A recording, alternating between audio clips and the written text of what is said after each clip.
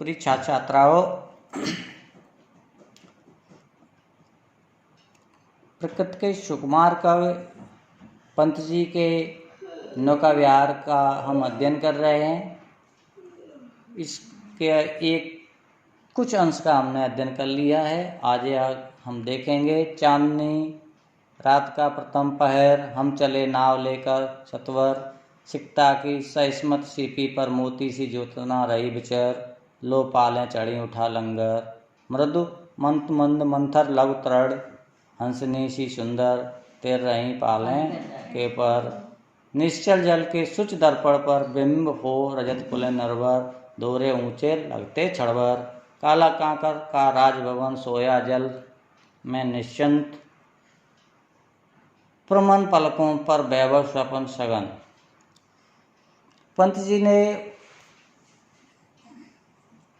अपनी मित्र मंडली के साथ इस नौका विहार का वर्णन किया है। पंत जी कहते हैं कि चांदनी रात का जो प्रथम पहर था, हम अपने मित्रों के साथ एक छोटी सी नाव लेकर सत्वर में शीघ्रता से या तेजी से आगे बढ़े। सिकता की सस्मत सीपी पर मोती सी ज्योत्सना रही बिचर।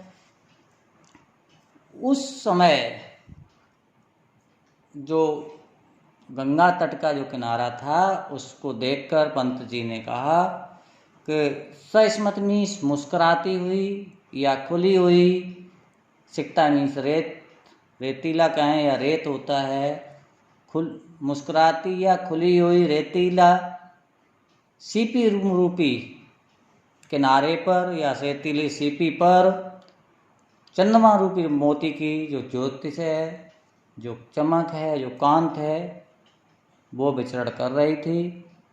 ऐसे मनोरम वातावरण में गंगा के तट पर जो नावें खड़ी थीं, उन्होंने अपनी पालें ऊपर चढ़ा लीं और लंगर उठा लिए।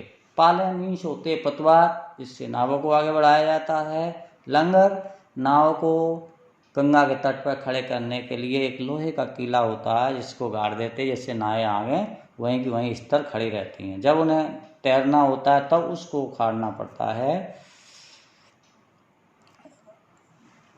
तो आगे देखिए, यानी उस गंगा के तट पर खड़ी हुई नावों की पालें उनके ऊपर चढ़ गईं और उन्होंने अपने लंगर उठा लिए।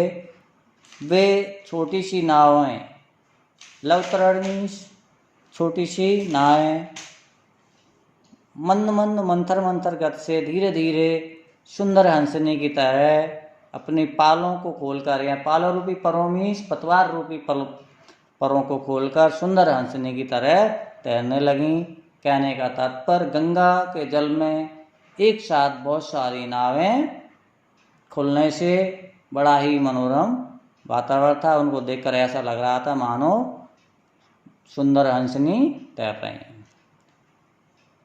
निश्चल जल के सुच दर्पण पर बिंबित हो रजत पुल निर्भर।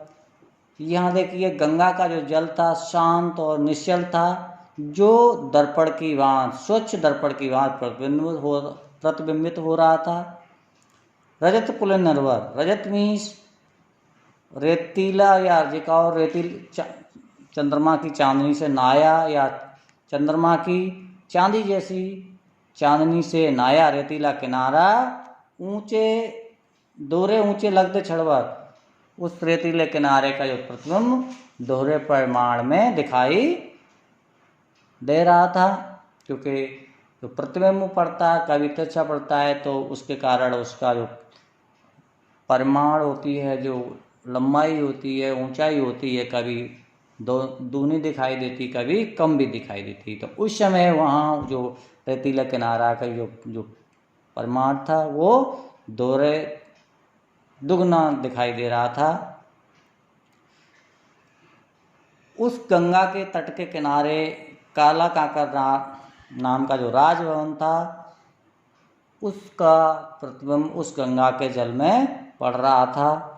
उसको देखकर ऐसा लग रहा था, पंत जी ने कहा, उसको देखकर ऐसा लग रहा था मानो वह काला कांकर नाम का राजभवन उस गंगा रूपी जल की सैया में शांत और निश्चिंत सो रहा हो, और वह उसकी झुकी हुई, प्रमन मीन्स झुकी हुई पलकें, और मन में, शांत मन में।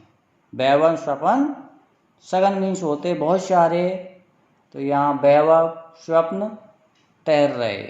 आज यहीं तक, और इसके केवल ये 2 लाइन का अंडरलाइन हम कर रहे हैं, इसी का केवल आपको अर्थ लिखना है।